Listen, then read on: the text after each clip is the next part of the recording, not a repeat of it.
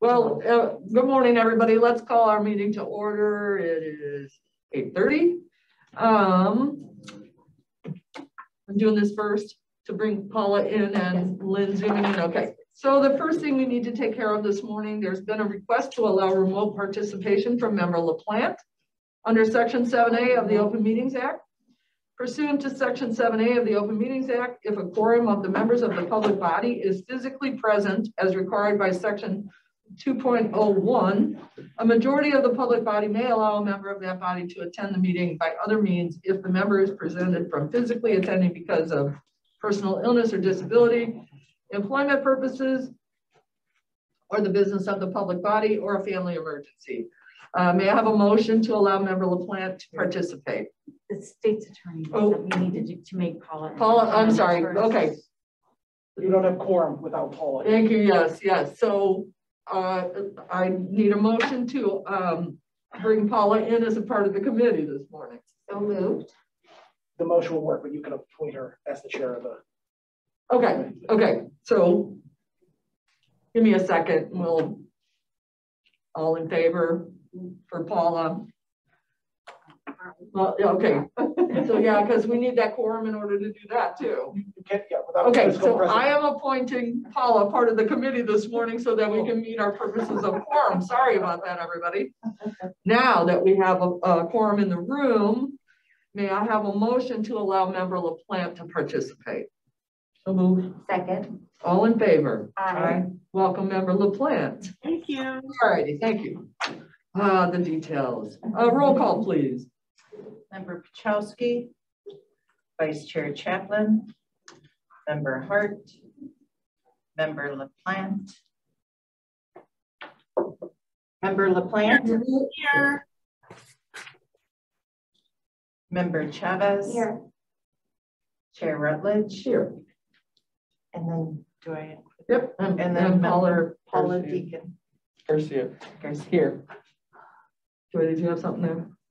Okay. No, I'm sorry. No remarks this morning. We've got several things to talk about today, so I am going to defer to public comment. Do we have public comment? I think we do. Good morning, everybody. Hi, Hello to you guys. You guys know that every year the Regional Office of Education does a Teacher Institute Day.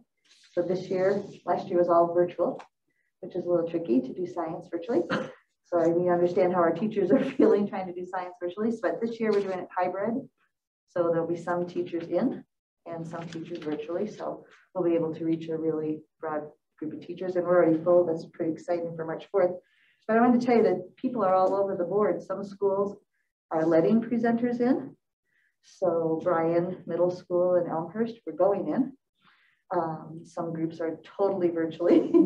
And so, you know, it's really kind of a crazy time for everybody, but we're really glad that people are calling to do programs.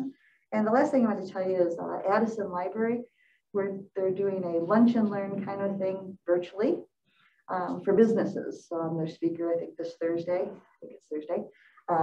So we'll see how that goes. This is the first time they're trying it to do a virtual kind of a meeting. So we'll see how that goes for the library and for us, but we're excited to have that opportunity. So, and lastly, we now have 14 groups that have scheduled their recycling extravaganzas already for the year. So it is really growing. It's going to be very planned out ahead of time. So I've already sent the list to Joy of all the different towns and their dates. And then as they finalize their times and their flyers, we'll be able to help them with that part. So thanks, you guys. Thank you, Kay.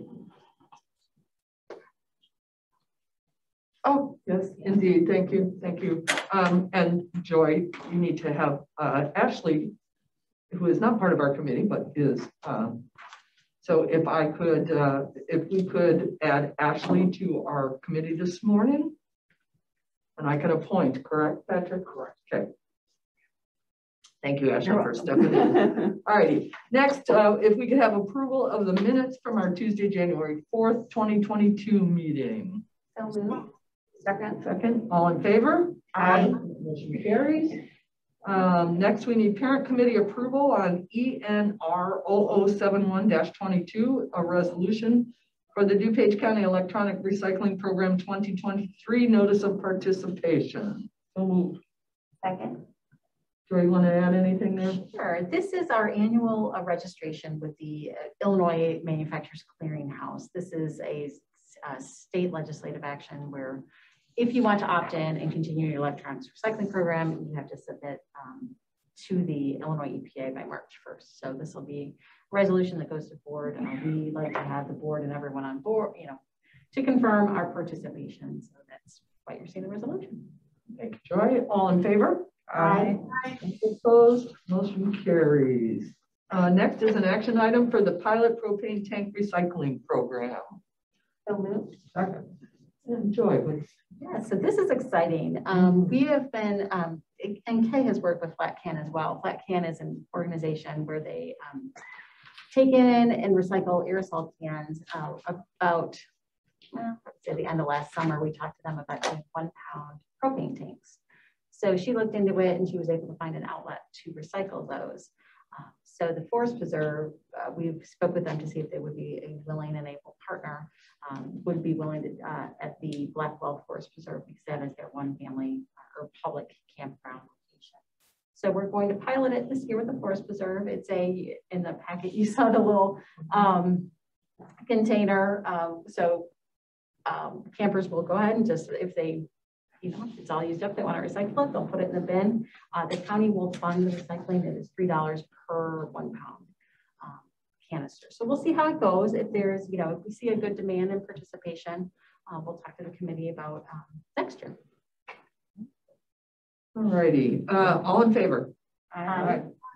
And that motion carries. Next is legislative. So the House Senate Bill HB 4356 and SB 3040 Carpet Stewardship Act. So these are both have an EPR model. So your manufacturers would fund the collection, and in the case of the carpet, it would be recycling. In the case of the drugs, it would be incineration. I'm sorry, I'm kind of combining both of them. So for the carpet bill, as of yesterday, they did add several co-sponsors, and it's been referred to the Energy and Environment Committee. So we are watching this one. We were hoping that the committee would contemplate sending it to legislative for our support, so that we could actually slip in favor of the carpet bill. What it would do is have the manufacturers of the carpet fund the collection, transportation, and the recycling of the carpet. Great. I love seeing those efforts, like with the packaging, and let's go after the people that are filling up our landfills. So, all righty. So on the item A, the Carpet Stewardship Act, all in favor? Aye. Aye. Great. None opposed. And on the House Senate Bill HB 1780, the Drug Take Back Act. So similar model where pharma would pay for the collection of the unused or expired medicines. And there is an amendment that just got filed yesterday, and a minimum of 1 collection site for every 50,000 population. So we actually exceed that at the moment, but I have been talking with some of the other stakeholders, and that is a minimum, not a maximum. So our sites, as long as they are willing and able and want to participate, they will be allowed to continue participating in the program. And again, the bill will be funded by the pharmaceutical companies. So great program, and hopefully we'll continue to support what we have in place so far. So a motion, please. Second. All in favor? Aye. And that carries. Question, where do we get a list of the locations that are offering that? Oh, sure. I can send you, it's on our website. Yeah. And then if I could just request, when this comes to legislative, to make sure either like there's a memo or some sort of presentation. We had a really good conversation last week about making sure we're understanding what's coming before the committee. So just making sure that you give those details so we can have a good conversation that time too. Sure. Thanks, You Ashley. should be easy though. Yeah, right. Good. If I can just real quick go Sure. back to Member Chavez. It is on our website. The health department has the program, the RX Box program, where they work with the Illinois EPA. They fund disposal. Also on the website, there are independent locations at the pharmacy, so your CVS and Walgreens. Edwards Hospital has started collecting. So all of those locations are on the website. We try to categorize them and differentiate the RX box from the other collection sites. But we have, I believe, the total was around 22 to 25. Okay, So we do have a pretty comprehensive program at the moment. Thank you. Thank you, Joy. Staff reports for, we're going to have a discussion on FY 2021 Strategic Initiative Implementation Summary Updates. Yes. So in 2021, we had our 3 strategic initiatives. The first is our Cool DuPage program. And we heard a couple meetings ago that we did the calculation and we were at 22%, which exceeds our original 10% goal. But that is keeping in mind that things are fluctuating over time, weather dependent and such. So, but anyway, so the final goal is set for 2030 for a 20% reduction. We continue to work with Comet and NICOR and to advertise and do outreach on their programs and encourage as much energy efficiency construction out there. You know, we support the CPACE program as well. So we will just continue as we are going. We are trying to identify a way for ComEd to report to us how much of those kilowatt hours are solar, so that those could be backed out of that greenhouse gas number. Let's see. And then the second one, develop recycling disposal for hard to manage items. So we talked with Illinois EPA, and the Regional Household Hazardous Waste Program can now take e-cigarettes. So that was a pretty good success that we have. And so we have started to do some social media advertising about that. Again, let's see. They're one of the highest litter containing items, and then they do have the nicotine mixture. So they are a health risk as well as an environmental hazard. And that's in addition to our ongoing programs with the textiles and the electronics. And then eWorks, Addison Township and eWorks are piloting a cardboard recycling program at their next event. So we will see how that goes. So it'll be hardcover books and paper products and cardboard at that location, which will help for multifamily who don't have access to recycling at their apartment. They're all surrounded right there by a bunch of multifamily. That's an awesome location. And I'll just mention that I'm doing my part. My solar panels turned on this week, and I'm so excited watching those little graphs go up on the sunny days. I'm like, except for when it snows, I'm like, no, you're covering up my panels. Anyhow, it's a very cool feeling and the app tells me how many pounds of coal I've kept from being burned, and it's very fulfilling. So, okay, does anybody have any old business? No old business being none. Under new business, we got a flyer on the table here. Last year, we piloted a program to recycle political high school birthday, the corrugated plastic, I guess is what you call that, in the stands. It went pretty good, but we're going to try to get a jump on it this year to spread the word so we can make sure recycling has been really great about this. They want the metal stands. They don't really care about the plastic signs, but they'll take them to get the metal stands. And so they've been great to work with on this. So looking to do it again. And we'll probably do 2 events this year, one after the primary and then another after the general election. So go ahead, I think you're first. Oh, just, I was wondering if we are letting the ROE know about that. Cause like I've noticed that a bunch of the high schools do them for graduating years. Right, now. right. And then, you know, maybe July is about the time you're getting rid of them. Yeah, exactly. Lordy. All right, sorry. What was that? What'd you have, Paula?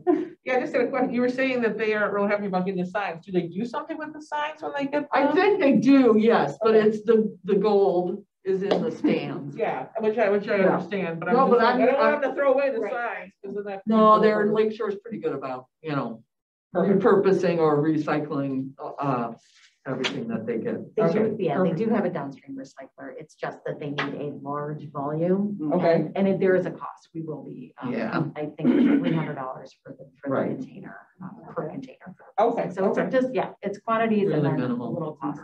All right, perfect. Thank you. Any other new business this morning? The electric school. Oh, yes. You want to share that? You probably sorry. have a better, that's fine. I love this too. So we were pleased to see, and Lake Park High School will be getting the grant for $250,000 and some change for electric buses in our district. So we were really excited to see. Which one about that? Lake Park. Park. I was to say, are we going to get to go see these? Road trip? I say District 1 would love a little field trip. Yeah, Yeah, let's that'd do be it. fun. But I would imagine it's going to take them a while to Yeah, acquire. for sure.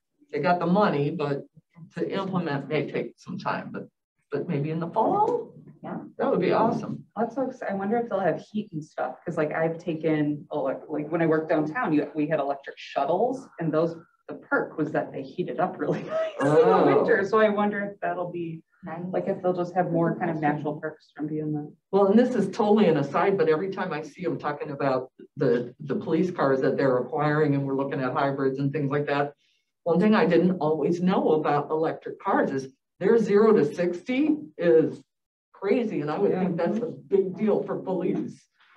So anyway, any other new business this morning? All righty, without that, a motion to adjourn. So moved. Second. All in favor? We are out of here. Thank you.